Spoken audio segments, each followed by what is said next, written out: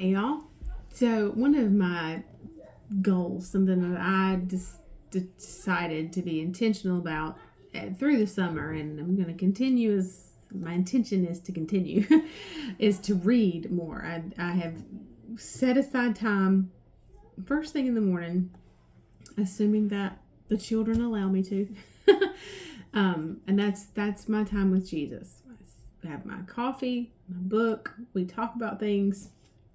And I'm currently reading a book by Raymond Harris, who is a very successful architect and a kingdom man. I've enjoyed his book, but this week, one thing he says a lot of things, but this particular one really stuck out at me because it's what we've been talking about in the faith and the works and the following of Jesus.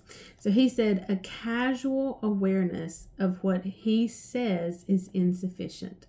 We need to act upon it. And that I was like, he hit the nail on the head. That it is not enough for us to have a casual awareness so that we know he said that, or we think we know he said that, or we understand, mentally that's what Jesus said, but we must act upon it. Faith without works is dead.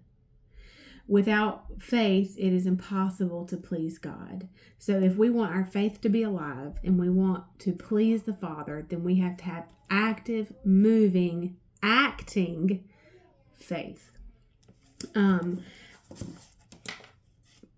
I wanted to mention that. And then when we're talking about these two groups of people, sometimes I know that it can sound severe, almost kind of harsh, but the truth is, we've said this before, that God does differentiate between these two groups of people, between the godly and the ungodly, the obedient and the disobedient. And it's not because he loves either group more or less. God does not love those who are obedient more than he loves the disobedient. The truth of the matter is that Jesus came for whosoever would. Jesus came for all, each and every one, the obedient, the disobedient, just alike. He died the same death. He took the same punishment for all. And so God's love for us, or his love of us, is no different. What is different, well, I'm getting ahead of myself. Let's just keep going in order. But because of each person's decision to choose or reject him, that's the difference. That's why he must differentiate. Have we chosen to receive his son, or have we rejected his gift of love?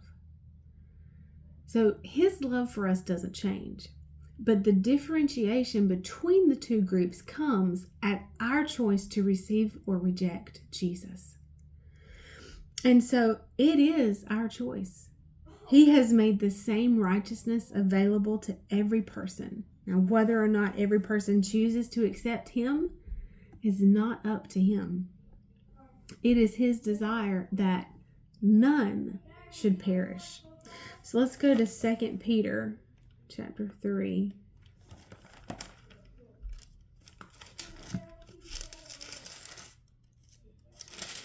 Second Peter 3:9.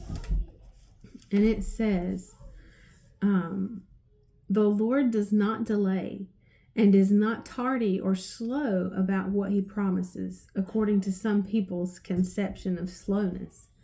But he is long suffering.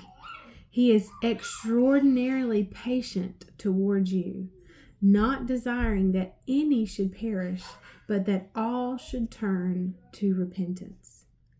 It is his desire that all would find reconciliation and restoration to him.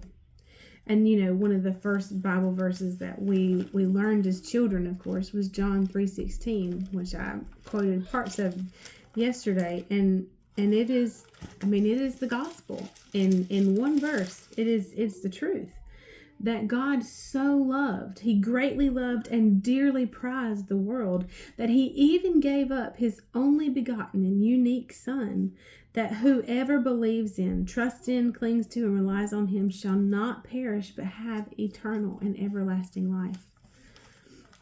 He is not slow or tardy. And that's, Jesus talked about his returning. And so at this point in time, Peter's saying, or people are murmuring, well, he's not coming back. He was false. He's slow. Why isn't he not coming back yet? And so Peter addresses that and says, the Lord does not delay, and he is not slow, but he is long suffering towards you, that he desires none should perish, giving every moment that he possibly can for people to have the opportunity to come to know his goodness and his love towards us.